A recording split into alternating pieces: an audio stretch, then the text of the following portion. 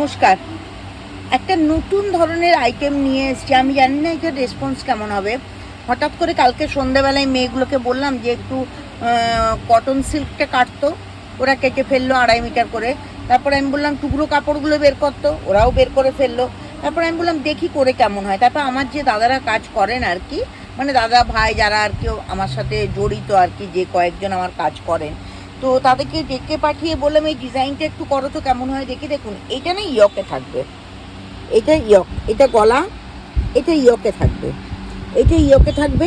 আর এইটার জন্য আমি দেখিয়ে দিই, এই যে দুটো কাপড়, এইটা মেশিন গুজরাটি কিন্তু নট হ্যান্ড করলে সেই তো কস্টিং বেড়ে যাবে। কস্টিং কমানোর জন্য এইটা কিন্তু হাতে আর হাতের দুটো বর্ডার ওপর নিচ করে দেওয়া হবে। প্রথমে ধরো এ বর্ডারটা থাকলো, তার উপরে এ বর্ডারটা থাকলো। তো এইভাবে আমি পিসটাকে অ্যারেঞ্জ করেছি। আমি জানি না এটা বানানোর পর কি দাঁড়াবে, কেমন দাঁড়াবে, কীরকম লাগবে, কীরকম রেসপন্স, আমি কিচ্ছু জানি না। আমার মাথায় এসছে, আমার মাথায় মাঝে মাঝে এসব একটু অদ্ভুত চিন্তা ভাবনা আসে, আমি তখন করে ফেলি। তার কারণ আমি সারাদিন এইটা নিয়ে থাকতে ভালোবাসি। এরপর যদি আমার কাছে কেউ বানায়, তাহলে তো বুকিং করার পর যদি কেউ বানায়, তাহলে তো আমি তাকে বলেই দেবো, বানিয়ে দেবো। মানে এই চারদিকে না রেড কট পাইপিং হবে, রেড হোক বা একটু এই যে পিচ পিঙ্ক কালারটার কট পাইপিং হবে, আর হাতেও কট পাইপিং হবে। তাহলে না ইয়কটার গেট আপটা অনেক বেশি খুলে যাবে। দেখো এই ইয়কটার গেট আপটা এরকম করে আমি বেশ কয়েকটা বানিয়েছি কম্বিনেশন করে, আমি তোমাদেরকে দেখিয়ে দিচ্ছি। এটা 1 নাম্বার, এটা 1 নাম্বার। এইটা দেখো, এটাও দেখো, এই দেখো, এটা একটু সরু, এটার কাপড় পাইনি, কি করব, এই যেটুকু কাপড় পেয়েছি সেটুকুতেই করে ফেলেছি। এরকমভাবে ইয়কটা নামবে। এখানে একটা ছোট্ট পট্টি দেওয়া আছে, এই চারদিকে রানী কট পাইপিং হবে। আর হাতের কাপড় দিয়ে এই যে এই দুটো দেওয়া আছে, হাতের কাপড় এই দুটো দেওয়া আছে। আমি মাঝে মাঝে এরকম অদ্ভুত জিনিস পুজোর আগে দেখাবো কিছু কিছু, তার কারণ আমার সত্যি একটু মাথা গন্ডগোল হলে আমি একটু এসব করতে ভালোবাসি। দেখো এইটার ইয়কটা দেখো, পেন কলমকারি যেটা আমি পরে আছি এইটারই প্রিন্ট, এইটার অন্য কালার। মানে আমার কাছে টুকরো বাজলেই না আমি কি করব খুঁজে পাই না। মানে আমার তখন মাথার মধ্যে অদ্ভুত জিনিস খেলতে থাকে। আমি এরকমভাবে শাড়িও বানাই, আমি শাড়ি দেখাবো তোমাদেরকে। দেখো এটা কিন্তু দেওয়া আছে হাতের জন্য। এটা দেখো ভীষণ কম্বিনেশনগুলো আমার খুব ভালো লেগেছে দেখে আমি করে ফেললাম।